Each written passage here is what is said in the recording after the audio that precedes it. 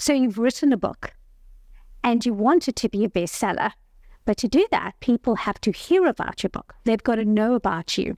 And part of doing that is being involved in podcasts. And that's why I've invited our special guest, Marie Roux, who is the creator of the League for Visionaries podcast. She's a fantastic wealth of resources to be able to tell you how to get your book out there. And she's also known as the Mafia Media Boss. So Marie, thank you so much for being on the show.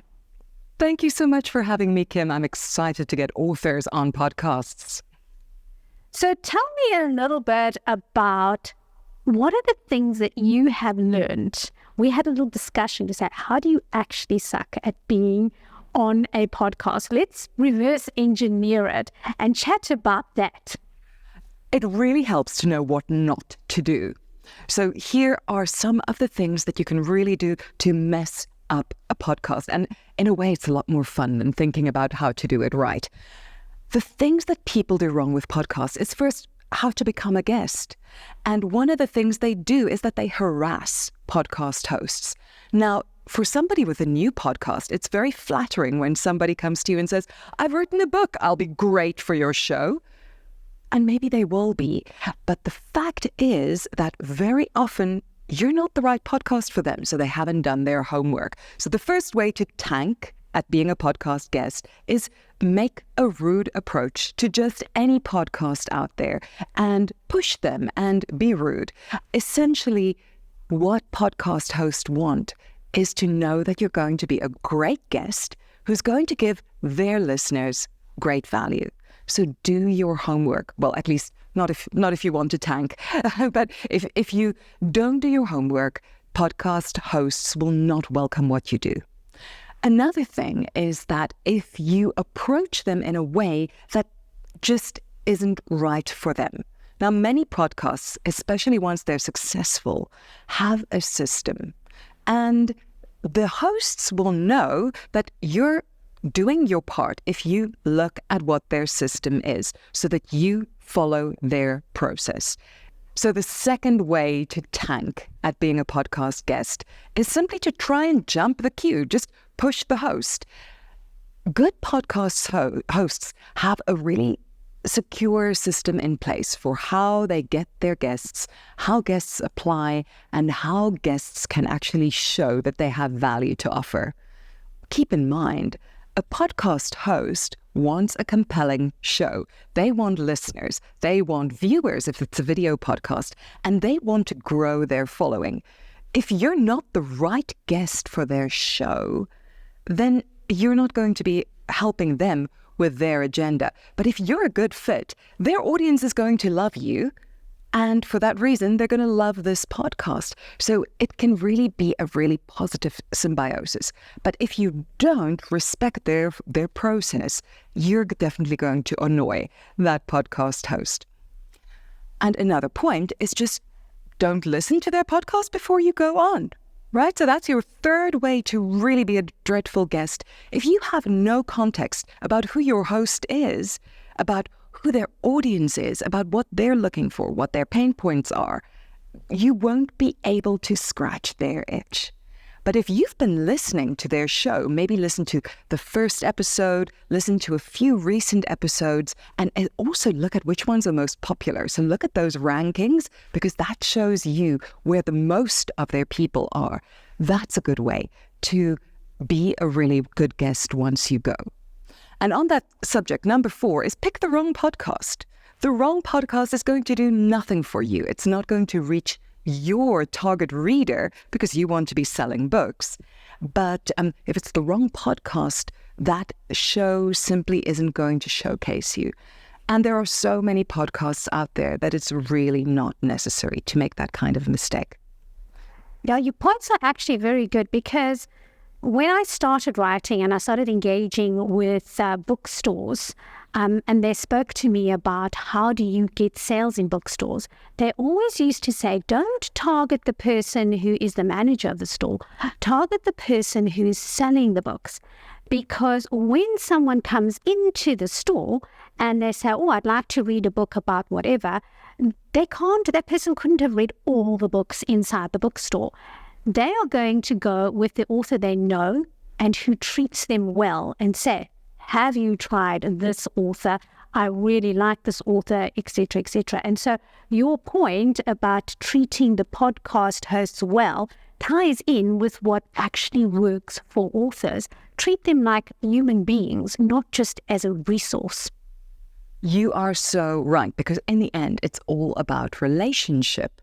And this is what's fascinating about podcasts, because people who listen to podcasts have a specific interest. So, for example, you have your fantasy novel series, and when you are featured on a podcast that is for readers of specifically fantasy fiction, you are really becoming a real person in their life. We often hear that people will speak about podcast hosts or even YouTubers, who are really a kind of podcaster anyway, as by the first name, and as if they're close personal friends. That relationship is exactly what brings you closer. It's almost like being introduced to an audience simply because you're associated with a host. So a little bit about prep. What kinds of things should you have in place in order to apply to be on a podcast? That's a really good question, because of course having a book is great, but it's not essential. So we're going to talk about that in a moment, because even if you don't have a book yet, it's a good time to start getting featured on podcasts, even if you're just working on the book. But if you really want to make a good impression and express your message well, you want to be well prepared. So know what you're talking about. But one of the best ways to start getting you well prepared and prepare your host is with what we call in the business a podcast one sheet. And that is one A4 document, which is probably digital because your podcast host could be anywhere in the world.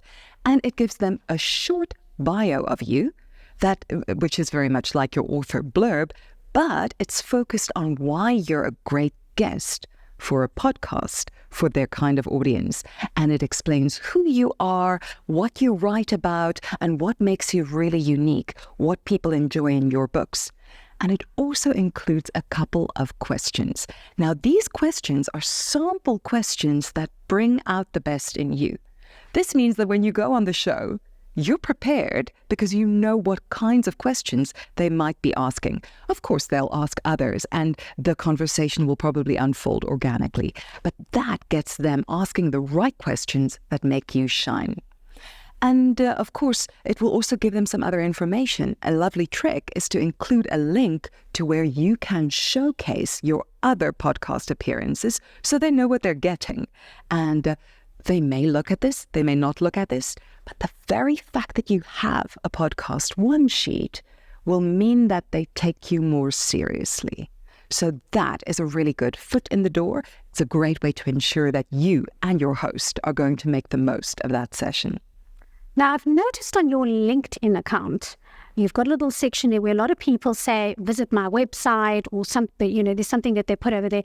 But you've got a very specific way that you've structured that link on LinkedIn. How have you structured that and why?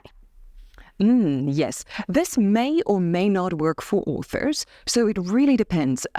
There's no strategy that's the best strategy. It's really about what's the best for you. But for me at this time, I have different audiences that I speak to. And for that reason, it's good for me to be able to showcase a few of the things that I do.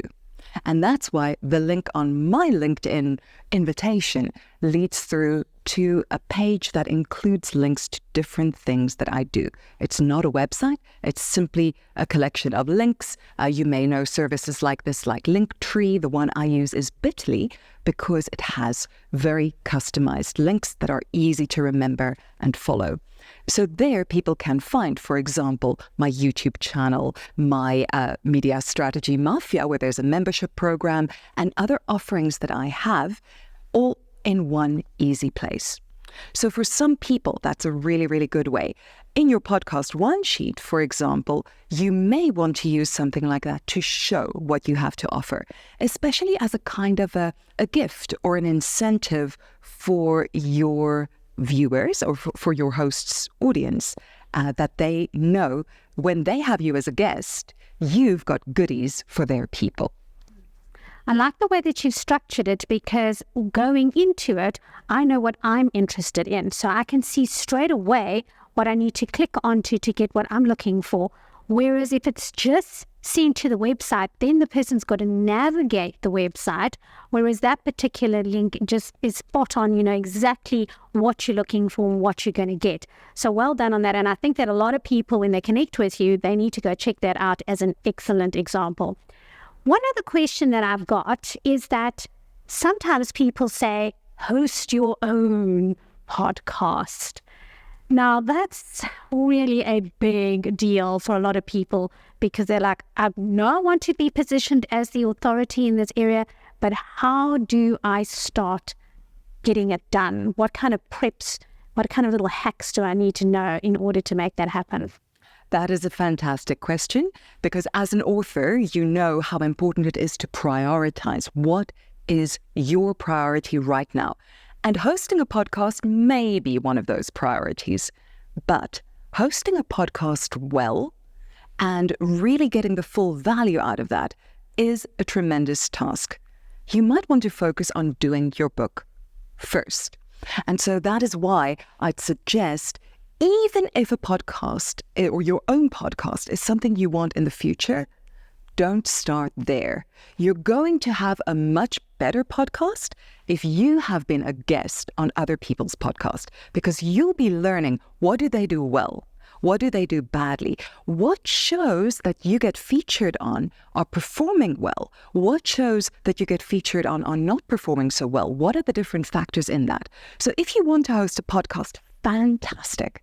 But start as a guest, and you will have so much more of an advantage, including the fact that you might already have your own following that are podcast enthusiasts that you can bring into the fold. I really like that. And, you know, one of the things that you mentioned beforehand is getting on before you've even done your book.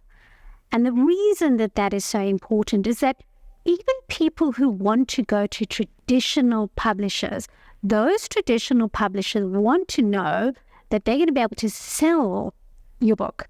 And if you don't have any publicity or anything already coming into the mix, then that just really reduces your chances of getting that publishing contract. So this kind of information really helps people to think they're a long game.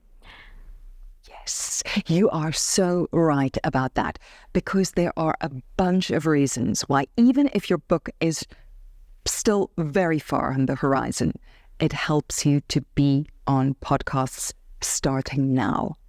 And one of those reasons, as you say, is to just start being visible out there.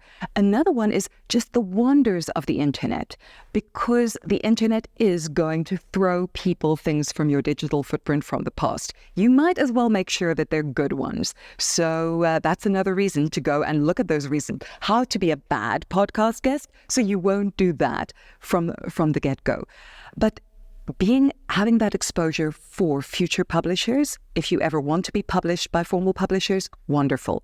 Building up your reputation and your digital footprint in a way that identifies you as an author, excellent. But there's something else, and that this is one that you as a book coach teach, and that is build your list.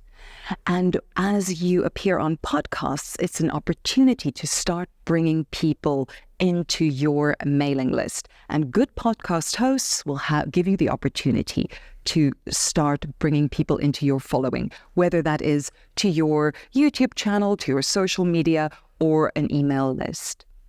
Now, speaking about that, I happen to be on your list, and I know that you give the most amazing tips. In fact, even on your LinkedIn channel, you often feature different kinds of podcasts, radio stations, things that we can apply to. So that gives us a bit of structure. How does someone get onto your list? How do they connect with you? Yes. Well, now this is interesting, because authors need to know, and this is one of the tricks you will learn from Kim if you work with her and follow her YouTube channel as well. People are at different points along the journey. Some people want to join a mailing list and get a wonderful newsletter like yours because they're really serious about writing the book and they enjoy that interaction. some people are very careful about email and they just feel overwhelmed by their inbox. So giving people different options is worthwhile, although you want to be strategic about which option they follow. So to get onto my list, the very best way is very simply find the Media Strategy for Visionaries group on LinkedIn. And it's called that, the Media Strategy for Visionaries group. And there, I won't be emailing you, but you will have access to things like podcast guesting opportunities, other media feature opportunities, because of course there's more than just podcasting, and also tips for how to develop in media. But for people who are more committed, I also have a YouTube channel, which is a lovely place to just follow casually and see the things that work for you. And then I have the Media Strategy Mafia, which is starting to take things a little bit more seriously, because I will have your email address, but I only send you 2 emails a month. And one is to say, this is when the Mafia meeting for the month is happening. And one is the day beforehand that it will be happening, and it includes a link to where you can enjoy the Media Strategy Mafia meeting on YouTube live anytime, but in a private resource, because it is something where the members should feel safe. Excellent. One last thing. I know I said the previous thing was the last thing, but this I do have to ask. You have a course. Now, I know there's a little bit of a waiting list for that course, so people have to jump in and get on the waiting list, but what do you do in the course? Well, for people who are interested in podcast guesting, there is a very, very easy way to get started, because I do work much more closely with clients who are serious on taking a very dedicated media journey. But some people are not quite ready to do that, and they want a quick fix, and maybe they're going on a podcast soon and they want to get ready. So I have a podcast guesting mini masterclass, and I'm happy to share the link with that in the description to your video here, because that podcast guesting mini masterclass gives you 1 hour of videos where you can just binge watch everything, and you will be ready to get started finding podcasts to go on, then convincing the right people and picking the right ones so you don't waste your time. And also, when you go there, make a really good impression. And there's even access to an opportunity to make your own podcast one sheet so that you can really be effective when you apply for podcasts. So that's the podcast guesting mini masterclass. Oh, I want to get onto that podcast or that mini class, because in that masterclass, you are just really going to be able to amplify your message.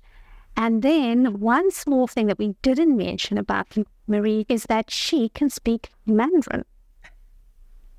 I listened to the most exceptional keynote, and I was just completely blown away, because I just love the quality of your voice.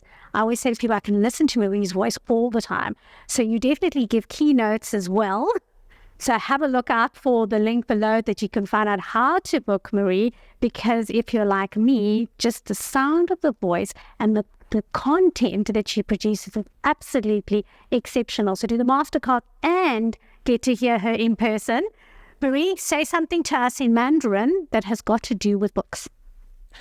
Actually, I need to say to you what I should say to your response, to respond to you now, and that would be nali, nali, mama, hoo, hoo, which means horse, horse, tiger, tiger, which means when somebody gives you a compliment, in Mandarin, the appropriate response is to be very humble and to say, no, no, no, no, no. And horse, horse, tiger, tiger means, I'm so-so.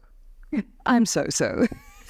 But thank you very, very much for the kind words. And it's such a pleasure learning from you and with you and being part and observing this incredible resource that you provide for writers, authors through your YouTube channel and your newsletter.